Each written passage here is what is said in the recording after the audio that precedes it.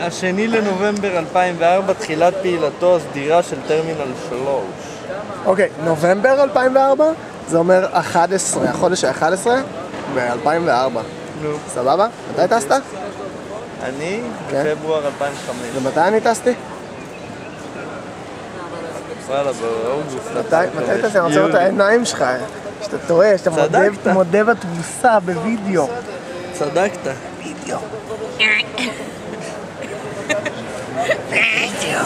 בווידאו. זה הקול שלי.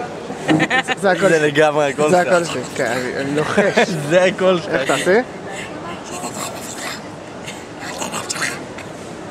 מחסובק. אפשר ללכת כבר לסטימצקי? סטימצקי. אני הולך לבד. תביא את המצלמה.